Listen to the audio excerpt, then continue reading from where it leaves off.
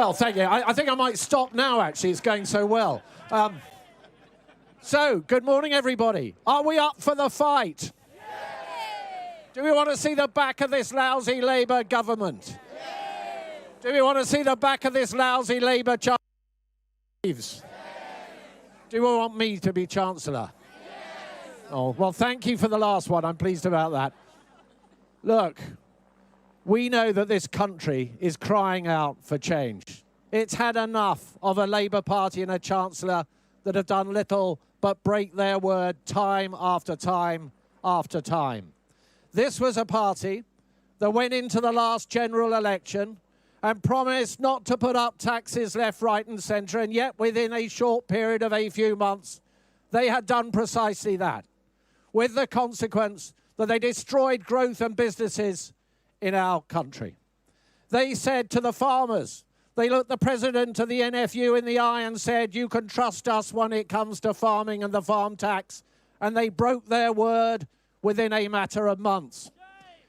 They said to our pensioners that they could sleep safely in their beds at night. They needn't worry about means testing and the winter fuel payment. And what did they do? They broke their word within months. That is an utterly disgraceful way to behave. And what has the consequence of all of this mismanagement and broken promises been? Well, we've seen growth destroyed in our country. We've seen a party that has talked down our economy. We have seen a party that, despite what they said before the election, went out and borrowed billions and billions of pounds and spent billions and billions of pounds and have raised inflation higher than it otherwise would have been, has kept interest rates higher than it would otherwise have been, and mounted up a colossal national debt, the servicing costs on which alone are running at £100 billion a year. That's twice what we spend on defence. That is unsustainable, and that is what you get with Labour. So we say the consequences of Labour are too clear. We've got record unemployment compared to 4 years ago, the highest in 4 years. Like all Labour governments, they leave office with unemployment higher than when they came into office. We've seen retail, hospitality and leisure shedding 90,000 jobs, many of them young people struggling to get that first rung on the career ladder. But there is another way, ladies and gentlemen, the Conservative way that we set out at our conference. We will get on top of government spending. It has to be done. We will get on top of the welfare bill, getting people off benefits and into work. It has to be done. And if we do it, we can go out there and create this aspiration-driven economy with lower taxes, and we've shown at conference we can abolish stamp duty altogether. We can abolish business rates for high street shops and pubs altogether. We can have a huge, big offer to young people so that the tax they pay on that first job goes towards that precious first property purchase. That is what we will deliver. So I think something's happened behind me. I think somebody important has arrived, and I'm being told that I've got to stop. But let me just say one final thing. Stick with us.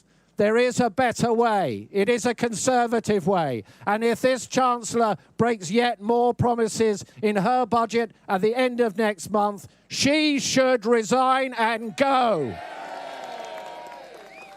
And now, the real person that you've come here for, the leader of our great party, the person that's going to take us into the next election, the person that's going to be the Prime Minister of our country after that election. Ladies and gentlemen, Kemi Badenoch.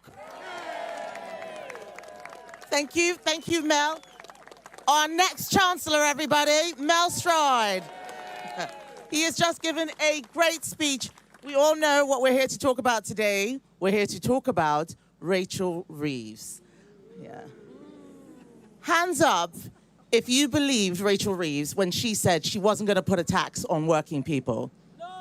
Yeah, I didn't think so. Apparently 1 in 10 people think Rachel Reeves is doing a good job. Who are these people? I haven't met them.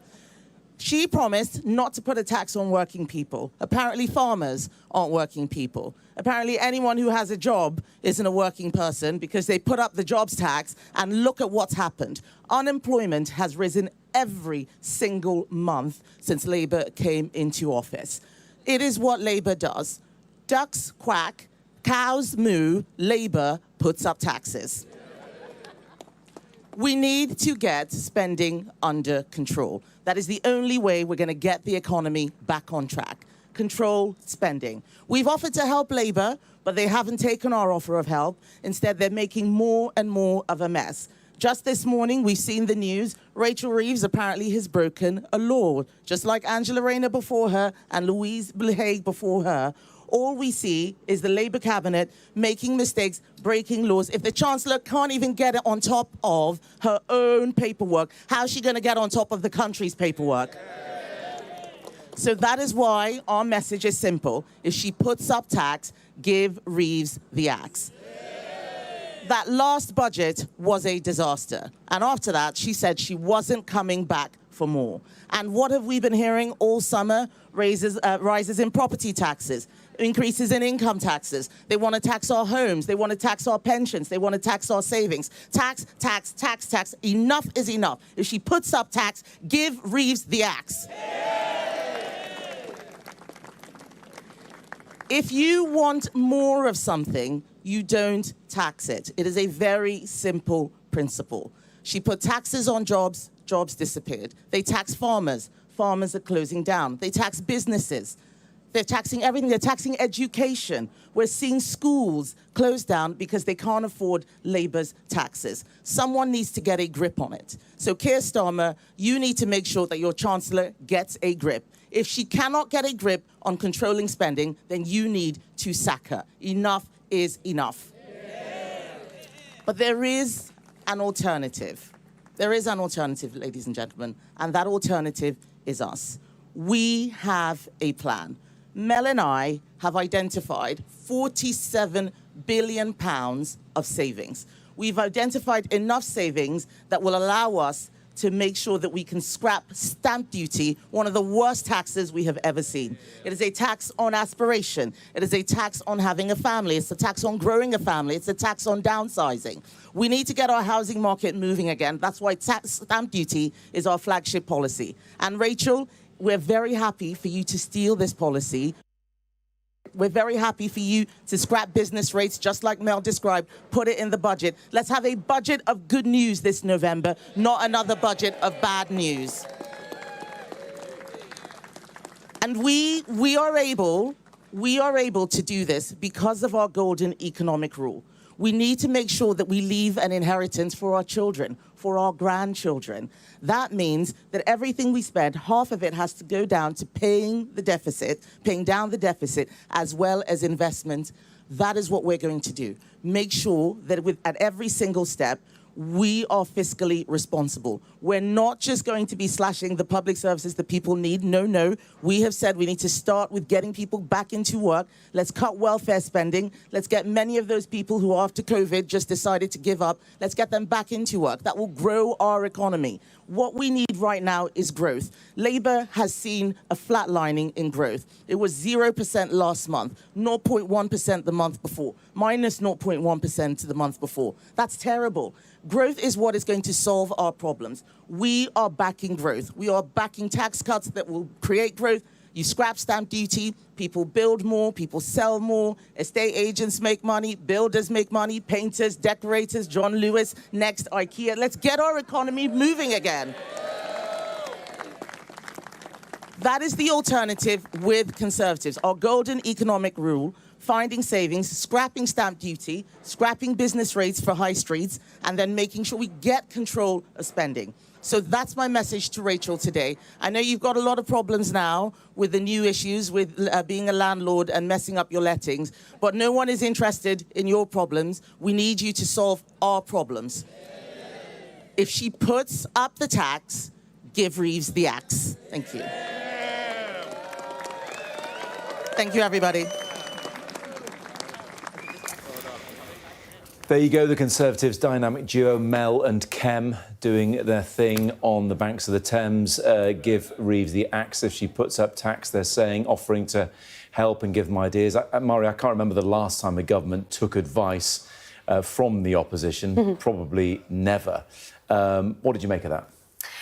Well, I mean, there was nothing new in there. It was a performance, essentially, rallying of the troops. And what was interesting was they again and again were talking about wanting to sack Rachel Reeves. Now, what's really interesting is the plan to call for Rachel Reeves to resign if tax were put up was clearly planned before this kind of fiasco with this renting of the house in Dulwich, breaking those rules came about. So now they have two reasons to call for Rachel Reeves to resign instead of one.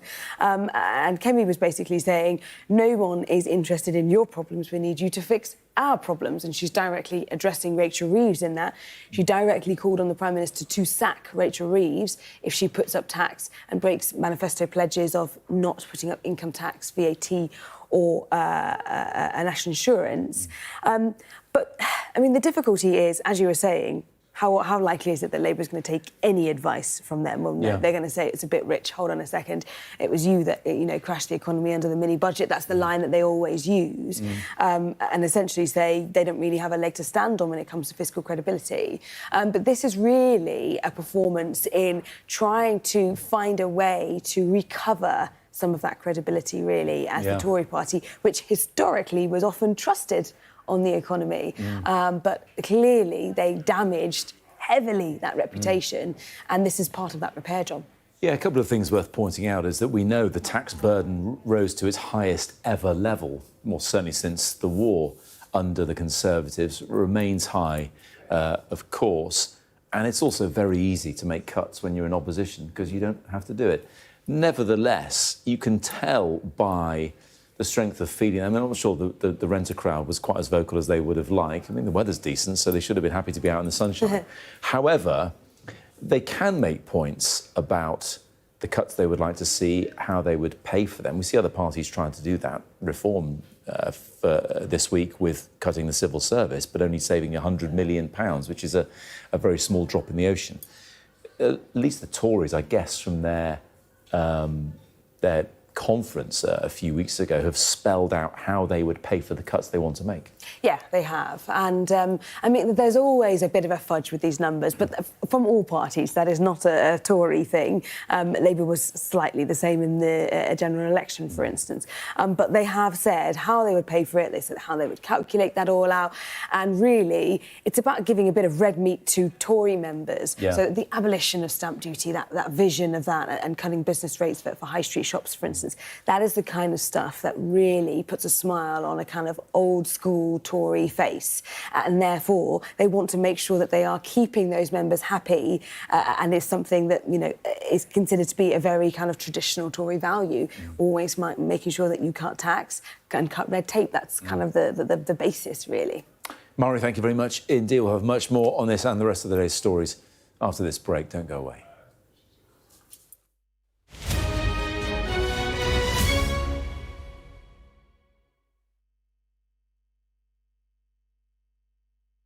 People want intelligent news, but it can be done in a less buttoned-up way. Have a conversation in the same way that people do at home. Sophie is the best in the business. If politicians are not answering the question, I'm not going to let them get away with that. This is my interview. Look, this is ridiculous. And there is nobody better to cut through the noise than Will. You did say there wouldn't be further tax hikes. You can no longer make that promise. Mornings with Ridge and Frost. I literally can't wait to get going. Play it cool, Will. Play it cool.